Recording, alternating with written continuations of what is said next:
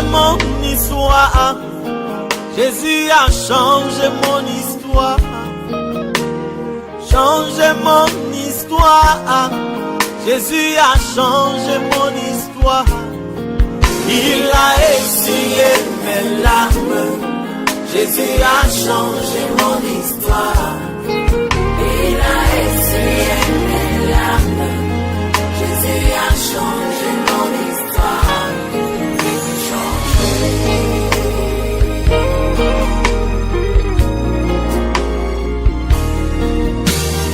Changé mon histoire. Jésus a changé mon histoire. Changé mon histoire. Jésus a changé mon histoire. Il a essuyé mes larmes. Jésus a changé mon histoire. Il a essuyé mes larmes. Jésus a changé mon histoire. Changé.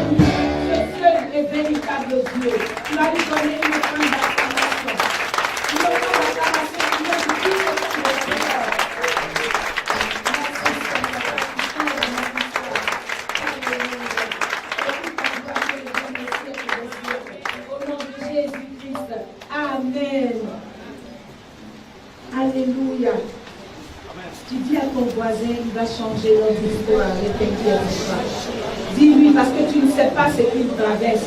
Tu ne sais pas ce qu'il traverse. Dis-lui, il va changer notre histoire. Toutes les personnes qui l'ont rencontré dans la Bible ont eu leur histoire changée. Amen. Et même nous encore, nous avons notre histoire qui a changé parce que nous l'avons rencontré véritablement. Si tu le rencontres véritablement, pas avec hypocrisie, ta vie doit changer. Alléluia. Alléluia. Que Dieu nous bénisse, qu'il nous donne encore d'aller de l'avant et que sa parole demeure en nous. Amen. On va prendre la parole de Dieu.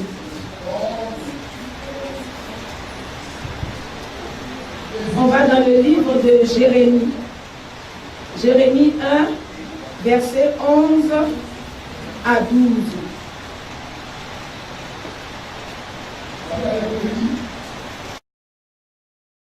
La puissance du Seigneur. Jérémie chapitre 1 à partir du verset 11. La parole de l'Éternel m'a été adressée. Que vois-tu, Jérémie? J'ai répondu, je vois une branche d'amandier.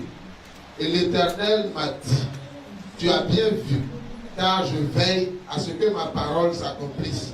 Amen. Amen. Tu vas bénir le nom du Seigneur. Et tu vas lui demander de trouver l'intelligence afin que tu comprennes sa parole. Seigneur, nous voici devant toi. Sans toi, nous ne pouvons comprendre ta parole. Car tu as dit ta parole est esprit et vie. Donne-nous de la comprendre afin que nous vivions éternellement. Que la gloire te revienne au nom de Jésus-Christ. Amen. On s'assoit dans la présence du Seigneur. Que Dieu nous bénisse. Bénis ton frère. Donne-lui une parole de bénédiction. Bénis-le sincèrement. La Bible dit que l'Éternel des armées dit à Jérémie, il dit, Jérémie, que vois-tu? Jérémie dit, je vois une branche d'amandier. Il dit, tu as bien vu. Alléluia. Si tu n'as pas une direction divine, tu ne peux pas avoir une direction naturelle et physique. C'est-à-dire que tu seras toujours perdu. Tu seras en train de recommencer les choses seulement dans ta vie. Mais si tu as une direction divine, tu n'auras plus de doute. Et même, quelles que soient les circonstances de la vie, la parole va résonner dans ton oreille. Alléluia. Jérémie, que vois-tu? Je vois une branche d'amandier. Quand vous allez encore plus loin, il lui répond la même question quelque part. Jérémie, que vois-tu? Il dit, je vois quelque chose venant du nord. Dieu dit, tu as bien vu, c'est de là-bas, les choses comme ça viennent. Amen. Même dans Ézéchiel, il lui a demandé, qu'est-ce que tu vois? Amen. Toi, quand tu regardes ta marche avec le Seigneur, qu'est-ce que tu vois? Ton maintenant, ton demain, qu'est-ce que tu vois?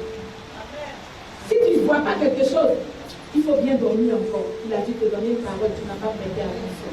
Ou bien les soucis de ce monde ont fait que tu as oublié et tu commences à pleurer. Alléluia. Il y a un temps pour pleurer, mais il y a un temps pour rire. Tu ne vas pas pleurer tout le temps comme si l'Éternel ne t'a pas parlé. Alléluia. Alléluia.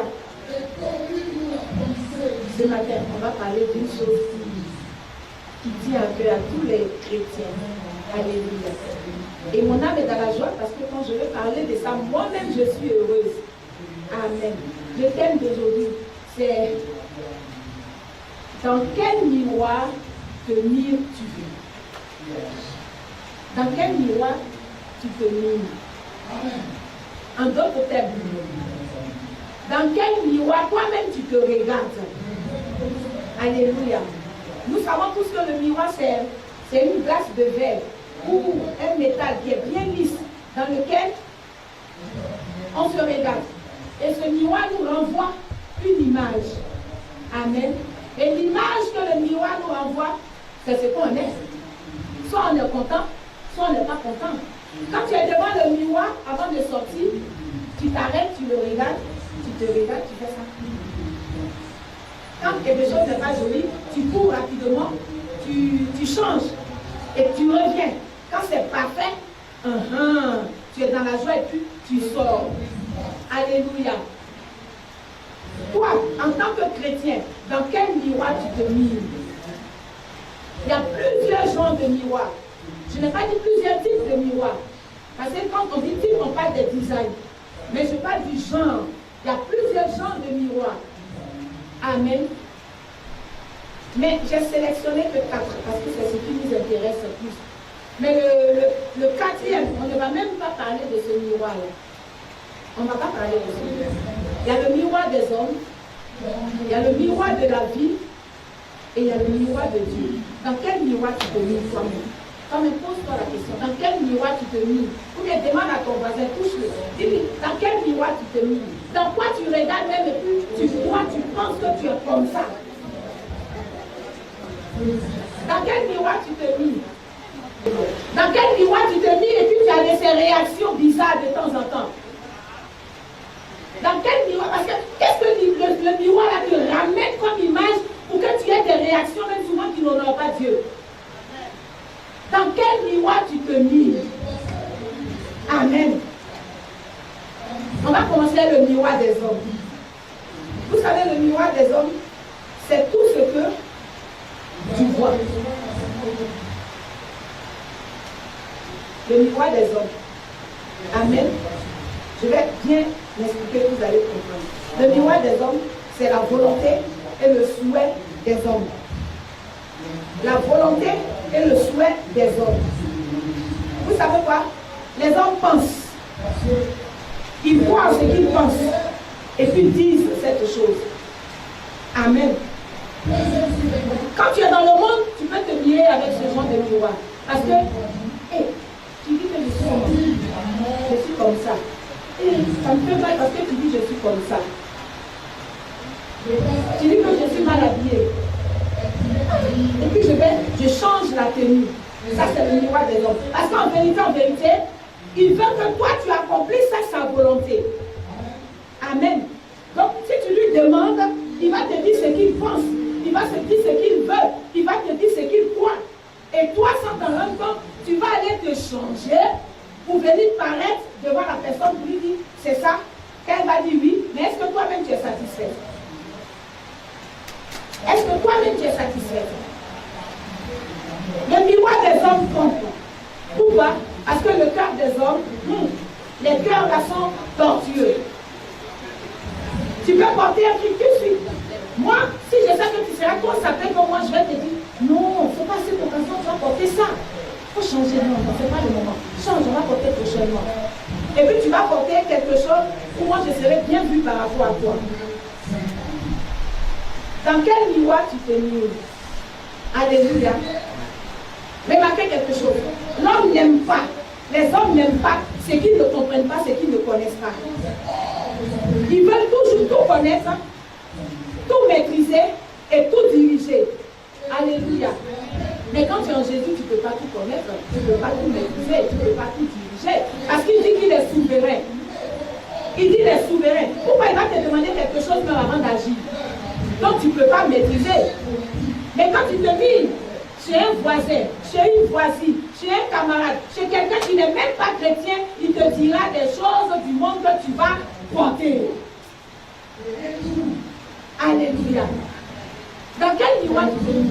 Tu dis que tu es chrétien, mais c'est toi qui te mires dans le miroir de ceux qui se disent chrétiens, mais qui ne pratiquent pas la parole de Dieu. Parce qu'il y a beaucoup qui l'entendent, mais peu la pratiquent. Beaucoup l'entendent, mais peu la pratiquent. Alléluia. Et le plus souvent, les chrétiens vont se mirer chez des personnes qui ne pratiquent même pas la parole de Dieu, mais ces personnes sont géniales dans des explications du monde. Et tu prends, tu portes, et puis tu es à l'aise, et tu sens une réaction. Avec ce miroir-là, avec cette image qu'on t'a envoyée, tu sens une réaction. D'où devient cette réaction? Quel est le miroir dans lequel tu te mires? Alléluia. Notre modèle par excellence, quand il est arrivé sur la terre, Jésus, il a trouvé les pharisiens, il a trouvé les sacrificateurs, les souverains sacrificateurs. Et ils disent qu'ils connaissent tout, ils maîtrisent tout. Et puis il y a un enfant de 30 ans, 31 ans, 32 ans qui arrive et il bouleverse l'ordre des choses. Qu'est-ce qui va se passer? Ils vont lui dire simplement, mais ce petit-là, il chasse les démons par Beelzébul. Pourquoi? Parce qu'ils ne comprennent pas d'où il vient, ils ne comprennent pas son enseignement, ils ne comprennent pas ses agissements. Alléluia. Tant que tu auras la parole de Dieu en toi, tant que tu croiras en Jésus-Christ de Nazareth, l'on ne pourra pas te cerner facilement. On ne pourra pas te cerner facilement. Parce que le vent, tu ne sais pas où il quitte, tu ne sais pas où il va. Quand tu entends, tu dis le vent qui souffle. Alléluia. Quelqu'un qui ne te comprend pas, ce n'est pas à toi de lui expliquer qui tu es ou bien ce que tu fais. Dis, va prier, Dieu va te dire comment et pourquoi je suis comme ça. Alléluia. Il y a le miroir de la vie, il y a le miroir des hommes. Tu vas te baser sur ce qu'un homme t'a dit pour encadrer ta vie toi-même. Tu vas te baser sur ce que tu as entendu, la pensée d'un humain. Et tu vas changer l'ordre des choses que Dieu a placées en toi. Ou bien ce que Dieu veut faire pour toi. Ou bien ce que Dieu a commencé pour toi. Je vais vous dire quelque chose. Il n'y a pas un seul homme sur cette terre s'il n'est pas en Jésus. Et même s'il est en Jésus, il faut prier pour qu'il applique la parole de Dieu. Quand il te donne un conseil, il y a son intérêt dedans d'abord. Il y a son intérêt dans le conseil. Si vous fouillez bien, il a son intérêt dans le conseil. Avant toi, ton intérêt. Mais par contre, quand Dieu te donne un conseil, c'est pour toi-même ton intérêt d'abord. Il n'a rien à voir dedans. Lui, il a déjà payé le prix pour toi. Et il veut que tu arrives à ton port. Tout homme qui te donne un conseil, je donne un exemple. Tu peux être en parole avec maman Isaac, peut être en parole avec maman Tati. Et maman Tati, elle ne cherche pas un serviteur de Dieu, comme elle a si bien prêché le jeudi.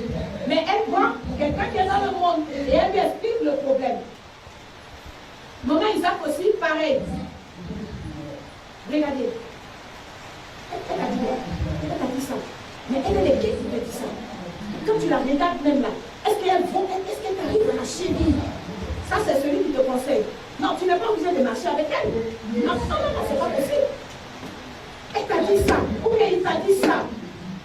Il ne t'arrive pas à la chérie. Pourquoi il te sort ces paroles? Alléluia. Et qu'est-ce que tu fais? Tu prends ce venin-là, tu le mets en toi, et tu commences à avoir l'orgueil. Comment ça commence? Alors moi, je ne peux pas accepter qu'on me fasse telle chose. Moi, je ne permets pas. Et tu commences à avoir une autre réaction. Tu dévies, tu sors du plan de Dieu. Pourquoi automatiquement? Mais si maman t'a dit, bien maman Isaac avait vu un serviteur de Dieu, ou bien quelqu'un qui nage dans la parole de Dieu, la première des choses que la personne va lui dire, elle va dire, pardonne d'abord ce qu'il t'a fait. Et puis dis au Seigneur de guérir ton cœur. Et la personne ira voir maman Isaac, toi aussi, pardonne à ton frère et dis au Seigneur de guérir ton cœur. Et après, la troisième fois, elle prend les deux et puis elle dit, arrêtez, on ne fonctionne pas comme ça en tant qu'enfant de Dieu. Vous voyez la différence? Mais quelqu'un qui n'est pas chrétien, il a une autre pensée, il a une autre mentalité, il a une manière de voir les choses. Il veut que tu agisses comme lui, il veut que tu penses comme lui, il pense que ses pensées sont justes et vraies. Mais sur quoi il se base pour que ses pensées soient justes et vraies? Quelqu'un qui s'appuie sur sa propre sagesse, sur ses propres convictions, n'est pas en Jésus. C'est quelqu'un qui est dans le monde. En toi, ta Bible te dit que tu es dans le monde, mais tu ne fais pas partie du monde. Amen. Quel est le conseil que tu prends ailleurs?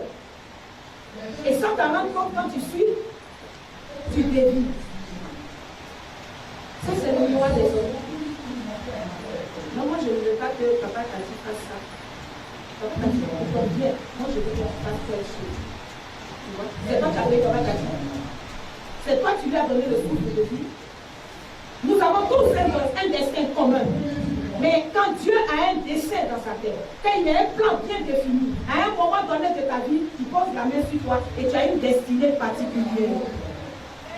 C'est-à-dire les choses ne vont plus fonctionner comme pour tout le monde. Les choses se bouleversent. Amen. Alors, qu'est-ce que tu as à te regarder dans le miroir des gens?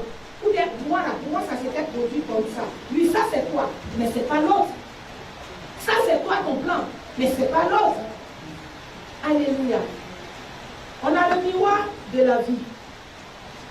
Le miroir de la vie, c'est ce que j'allais te dire. C'est tout ce que tu vois. Les circonstances de la vie. Oh, les fatalités de la vie. Les fatalités, c'est quelque chose qu'on ne peut pas changer. C'est toi, tu viens, tu tombes dedans comme ça, et tu dis, on ne peut pas changer, c'est la vie, je vais faire comment? Ou bien, des choses se produisent devant toi, les circonstances de la vie qui te sont imposées. Et tu acceptes. Tu acceptes parce que tu dis, c'est la vie. Oh. Amen. Mais ce n'est pas la vie. La Bible nous dit en Jean 9, verset 1 à 3, ce n'est pas la vie. Il y a un aveugle, il est né aveugle. Est-ce que c'est de sa faute? Ce sont les circonstances de la vie. Mais Jésus a changé l'ordre des choses. Alléluia. Quelles sont les circonstances de la vie qui te sont imposées? Et tu penses que, non, quand tout le monde fait comme ça, c'est comme ça, on ne peut pas changer. Qui a dit on ne peut pas changer quelque chose? Quelle est cette chose sur cette terre des hommes qu'on ne peut pas changer? Regardez encore. Quand Rebecca était enceinte, il y avait deux nations dans ses entrailles. Et les deux nations se battaient. Dieu a choisi celui qu'il voulait. C'est-à-dire Jacob. Il a choisi celui qu'il voulait. Et en venant, quelque chose se produisait là-bas. Une bataille. Esaïe sort le premier. Mais attends, l'autre dit, je ne te laisse pas sortir. Il attrape son pied et les deux sortent. Et la bataille continue encore. Les hommes ont positionné Esaïe. Mais souvenez-vous, Rebecca a changé l'ordre des choses. Pourquoi elle a changé l'ordre des choses? Parce qu'elle avait déjà une vision. Quelle était cette vision? Dieu avait dit, les deux se battent, mais j'ai choisi le plus petit. Si ce que Dieu t'a dit n'est pas devant toi, tu peux changer encore l'ordre des choses. Tu peux changer. Ce qu'on ne change pas, c'est ce que Dieu a décrété. Mais ce qu'un humain a décrété, tu ne t'es mis pas dans l'esprit. Comme la situation est comme ça, moi je pense que je vais baisser les bras. Ou bien comme c'est devenu comme ça devient trop compliqué pour moi. Ou bien je ne veux plus rentrer dans ça. Ou bien je ne veux plus chanter parce qu'on me fait comme ça. On me fait comme ça. Alléluia. Tu laisses les circonstances de la vie t'imposer des choses. Alors que nous savons que le monde est sous la domination du malin. Le monde est sous la domination du malin. Et tu laisses les choses imposées. Elles te sont imposées par la volonté de qui? S'il veut que tu vois du rouge, il change, il te montre du rouge. N'oubliez pas qu'il est rusé. Il est très rusé. Il se déguise en ange de lumière. Et il convainc facilement. Si tu n'as pas la parole en toi, il convainc facilement. Non, moi j'ai trouvé une situation comme ça, je n'en peux plus. Non, moi j'abandonne. Je dis j'abandonne. Je ne peux pas. Tu abandonnes pour aller où? Les miens. Ah ouais, tu abandonnes pour aller où? Quand le regard de l'Éternel est posé sur toi, il y aura toujours des vents, il y aura toujours la tempête, il y aura toujours le tonnerre, il y aura toujours l'éclair, il y aura tout, mais la barque est stable. Si tu ne te mis pas dans les situations de la vie, on a notre ex-président qui disait, mais tu peux naître comme ça et devenir comme ça. Donc c'est possible. Et vous regardez les circonstances de la vie, non, on ne peut plus rien faire, non, je ne veux plus rien faire, non, je ne veux pas faire ça. Non, je suis trop grosse, on dit c'est comme ça passe pas comme ça, je veux être humanitaire comme la fille là. Il y a quoi? Tu veux que l'image de la fille te soit imposée. C'est ça? Mais est-ce que c'était le plan de Dieu pour toi? Non, je suis trop mince, je veux bien cette forme-là. Pourquoi? Parce qu'il y a une image qui t'est imposée. Parce que quand on voit les filles, elles sont très jolies, elles ont des gars blancs, donc je veux être comme ça. Ou bien je veux grossir, là quand je vais marcher, ça sera joli. Si moi je vais marcher, on va me regarder. Tu vas aller t'injecter des choses pour avoir ce qu'il faut avoir. Et le lendemain, il y aura des conséquences. Ne te laisse pas imposer les choses. La totale, maintenant, on dit c'est une fatalité. On dit, oh, ça là, c'est comme ça, on ne peut rien. Non, tu montes, tu descends, on n'y peut rien. On n'y peut rien. On n'y peut rien. Mais toi, tu n'es pas, tu ne fais pas partie de ce monde-là. Donc, tu peux changer. Mais il faut que tu prennes conscience que tu peux. Si tu dois pleurnicher tous les jours, mais il y a quelqu'un qui va t'encourager à pleurer chaque 2 minutes, les larmes vont couler. Alléluia. Les circonstances de la vie, je vais vous donner un témoignage. Il y a une personne qui est venue me voir, elle m'expliquait un problème.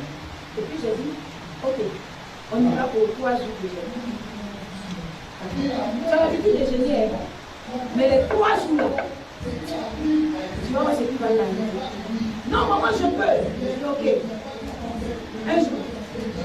Le deuxième jour, la femme est couchée dans le salon comme ça. Ça ne va pas. Elle pousse, elle vomit. Tension, combien? 5 couvertures. Quand je l'ai regardé, je lui ai dit, si je reste là, je pense qu'elle te dit, descends, je me mets dans la chambre, tu continues jusqu'à là. Ça n'allait pas avec des médicaments. On lui a prescrit des médicaments. Je lui ai dit, les médicaments, c'est bien beau. Mais tu vas aller jusqu'au bout de ce gène-là d'abord. Si les médicaments veulent, ils te tuent. Amen. Mais je savais une chose. Les médicaments, je ne pouvais pas la tuer dans ma maison. Ce n'est pas possible. Parce que Dieu m'avait dit ça quand il décrétait ce jeûne. Et elle a tenu. Le lendemain, ça va. Maman, ça va. Moi, je savais que ça allait aller depuis longtemps. Le problème, c'était quoi? Est-ce que tu as pu surmonter la chose? Est-ce que tu as retenu cet enseignement? Quand tu dois avoir quelque chose, il y aura toujours une tempête terrible pour que tu renonces. Et quand tu renonces, tu vas donner un justificatif. Oui, c'est parce que j'étais vraiment malade, je ne tenais pas à ce stade-là. Bon, je vais laisser pour refaire demain. Demain, là, c'est ta chair. Demain sera ta chair. Ce que ce genre de 3 jours de la produit, tu l'as laissé. Et toi-même, tu crois ce que tu penses, ce que tu crois, ce que tu veux. Alléluia. Les circonstances de la vie ne doivent pas vous imposer des choses. Amen. Celui qui trouve que tu es vilain, il faut être heureux parce que tu es vilain. Amen. David a dit, je bénis le nom de Dieu parce que je suis une créature merveilleuse. Alléluia. Quelqu'un qui cherche une femme avec, c'est comme vous savez. Mais attends, que Dieu le bénisse. Quelqu'un qui cherche une femme fille, attendez, que Dieu le bénisse. Et tu ne vas pas te torturer pour ça. Tu ne vas pas t'affamer pour ça. Tu ne vas pas t'injecter des choses pour ça. Tu es une créature merveilleuse. Alléluia. Oh, on arrive dans ce qui m'intéresse maintenant. C'est le 3e miroir. J'ai dit le 4e, on ne parlera pas. Mais le 3e miroir. Vous savez c'est quel miroir? Est-ce que vous pouvez savoir c'est de quel miroir je vais parler? Ce miroir-là. Oui, les autres miroirs, quand tu regardes, tu te vois. Il montre ce que tu as porté. Il montre ce que tu es. Mais le miroir que je veux te parler ce matin, dont je vais te parler ce matin, c'est un miroir, quand tu t'arrêtes devant lui, il ne montre pas ton côté visible, il montre ton côté qui est dedans, ton intérieur. Ce que tu caches au monde entier. C'est ce miroir-là. C'est de ce miroir qu'on va parler ce matin. Ce miroir-là, quand tu t'arrêtes devant lui, ce miroir te dit, tu sais qui tu es, voici ta véritable identité. Quand il te positionne devant ce miroir, il dit le monde entier, tu peux les trahir. Mais toi, il y a quelque chose qui en bas que je veux que tu enlèves. Quand tu te mets devant ce miroir, toi-même tu es confondu. Alléluia. C'est le miroir qui montre ton intérieur. Il te présente ton intérieur. Alléluia. En tant que chrétien, quand tu te mets devant ce miroir s'appelle l'évangile, la parole de Dieu.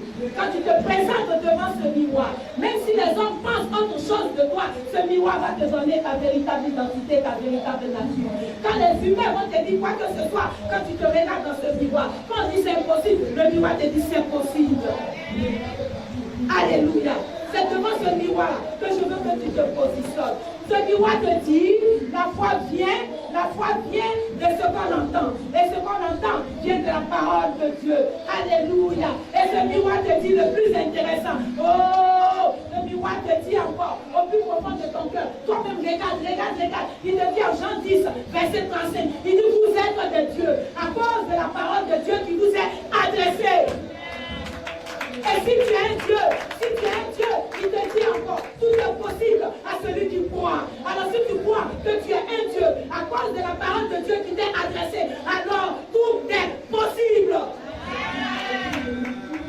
Si tu connais ton identité spirituelle, si tu sais que tu n'es pas un humain, parce que tu es né en Jésus, alors les choses deviennent possibles. Car le miroir te dit, rien n'est impossible à Dieu. Ce miroir te dit, la main de Dieu commence, où celle des hommes s'arrête.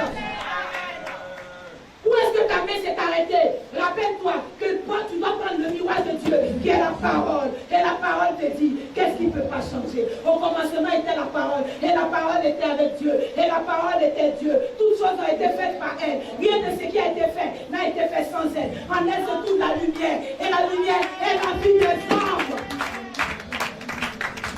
C'est cette parole qui te dit que tu es Dieu. Elle est créatrice.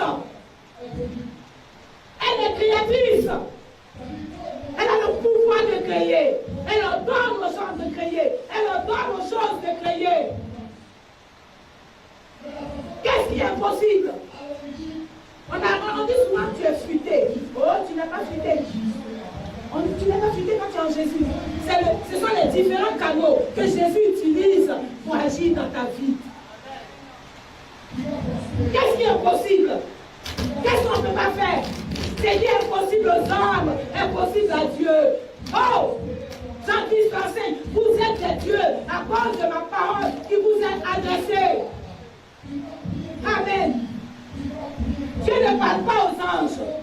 Dieu ne parle pas aux chérubins. Dieu ne parle pas aux séraphins.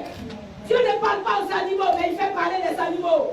Dieu parle à son égal. C'est à toi que Dieu parle. Il dit à cause de ma parole qui t'est adressée, alors je peux te parler.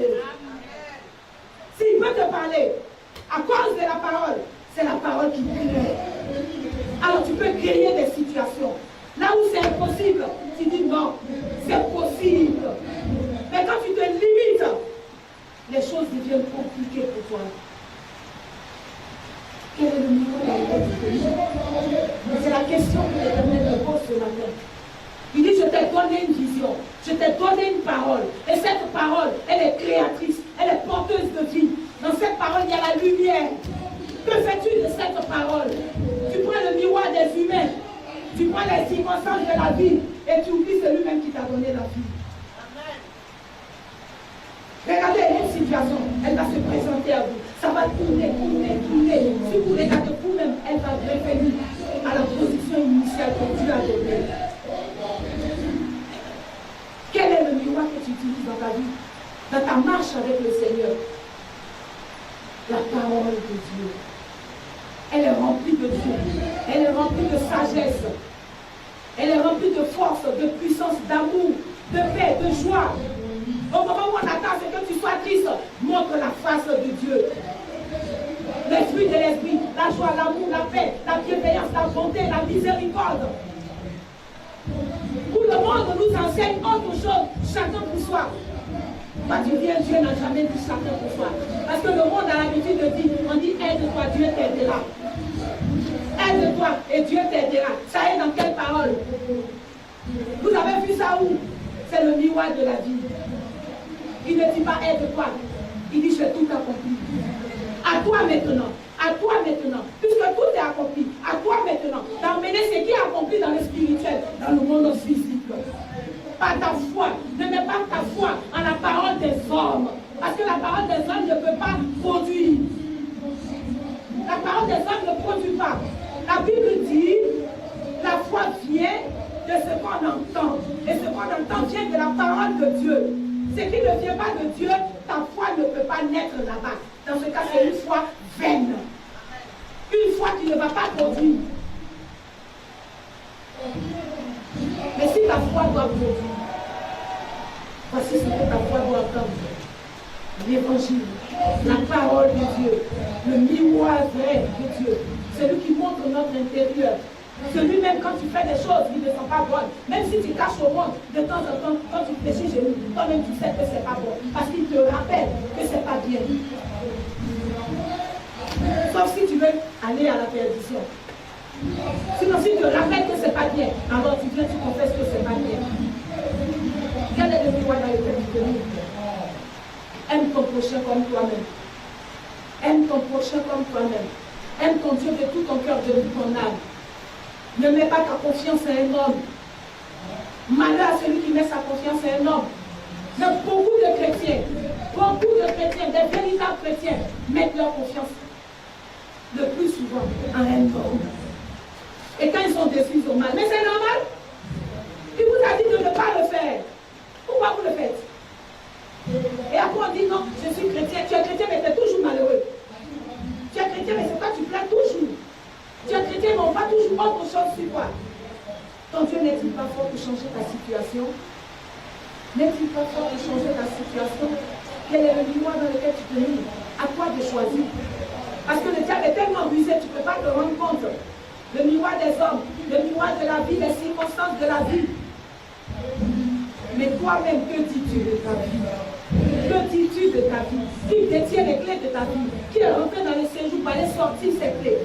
Si tu sais qui c'est, alors tu sais en qui tu dois mettre ta confiance maintenant. Parce que pour un oui et non, les hommes te maintiennent en captivité de quelque chose. Pour un oui et non, les hommes ne veulent pas que tu réussisses. Pour un oui et non, les hommes te jalousent. Pour un oui et non, les hommes ne t'aiment pas. Pour un oui et non, les hommes ne veulent pas te sentir. Mais tu ne vas pas vivre. Mais la parole dit, le véritable miroir dit, notre constitution dit, celui qui t'aime pas, aime-le. Celui qui t'aime l'autre, bénis-le. Celui qui créait, embrasse-le.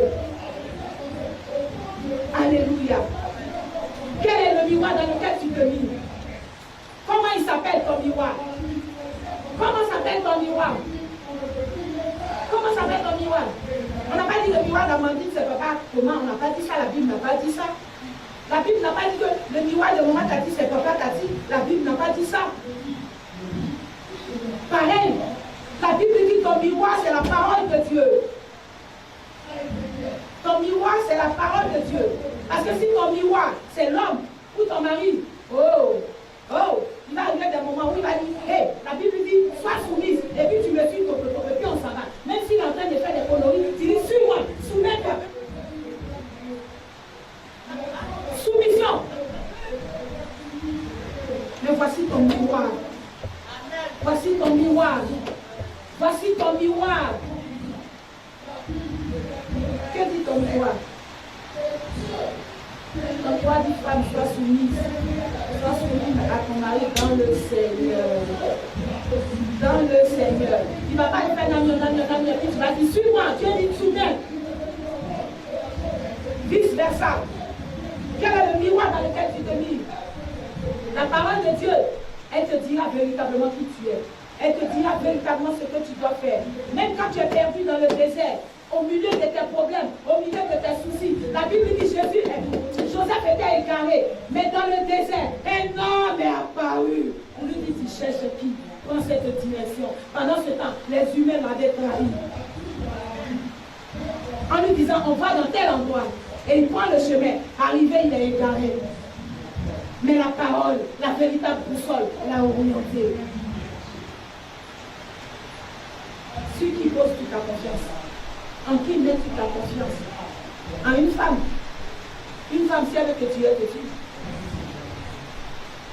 Mais si elle est en Jésus, elle t'honore. Elle t'honore. En qui met toute ta confiance? Un homme, s'il veut te trahir, te trahir. Tu peux avoir tout le foyer pendant des années, tu ne vas pas savoir. Dans la dernière nuit, tu seras en train de pleurer. Mais quand tu mets ta confiance en celui-là même qui est digne, quel que soit ce qui se trame dans ton dos, il te révèle cela la nuit. Il te donne une parole de connaissance. Parce qu'il sait que tu as placé ta confiance en celui qui ne trahit pas. Il dit, celui qui place sa confiance en l'Éternel des armées, il ne sera jamais confus. La confusion sera éloignée de toi. Si l'évangile est ton miroir, toutes les solutions se trouvent là. Pas dans les pensées d'un humain. Pas dans les pensées d'un humain. Pas dans les dires d'un humain. Pas dans les croyances d'un humain. En qui mets toute ta confiance? Dans quel miroir tu te lis?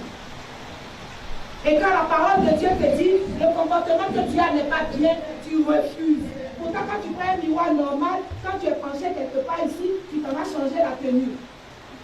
Parce que l'image que tu as vue n'est pas bonne. Pourquoi? Tu as un seul souci. Tu veux plaire au monde. Tu veux plaire au monde. Qui tôt ou tard, tu n'en as pas pour longtemps parce que c'est éphémère. Ce monde va te vomir. Mais par contre, quand le miroir te dit véritablement qui tu es, c'est dur, c'est difficile, tu ne peux pas enlever. Mais quand tu enlèves, le monde t'honore. Tu ne demandes même pas qu'on t'honore, c'est la soumission totale. La création attend avec un désir ardent, la révélation des fils de Dieu. Qu'est-ce que Dieu t'a dit? C'est ça la création attend pour se soumettre. Si elle n'a pas la vision que Dieu t'a donnée, la parole de connaissance, la révélation, tout te sera difficile. Parce que la création ne va pas t'obéir. Elle obéit au Fils de Dieu. Si tu as la parole, tu as le Fils. Tu as le Fils, ce qui est plus intéressant. Si tu as le Fils, tu as le Père. Et si tu as le Père, c'est la totale. Il va changer notre histoire aujourd'hui. Dieu dit qu'il va changer votre histoire. Mais Amos 3 nous dit, deux personnes ne peuvent pas marcher ensemble si au préalable elles ne se mettent pas d'accord. Si ça, c'est ton miroir, si la parole est ton miroir, alors vous êtes d'accord, les choses vont changer. Il change les histoires des gens. Il change. Si tu penses que ton histoire est compliquée, oh, il est le créateur. Souviens-toi de la femme qui a commis la vipère. Souviens-toi. Son histoire a été changée en 2 minutes. Il était en train d'écrire, il a ordonné à la terre, je change l'histoire de cette femme. Donc pour toi, tu peux être changé. Mais une seule condition, il faut que tu te lises dans ce miroir-là, la parole de Dieu, la parole vivante. Jésus a changé mon histoire.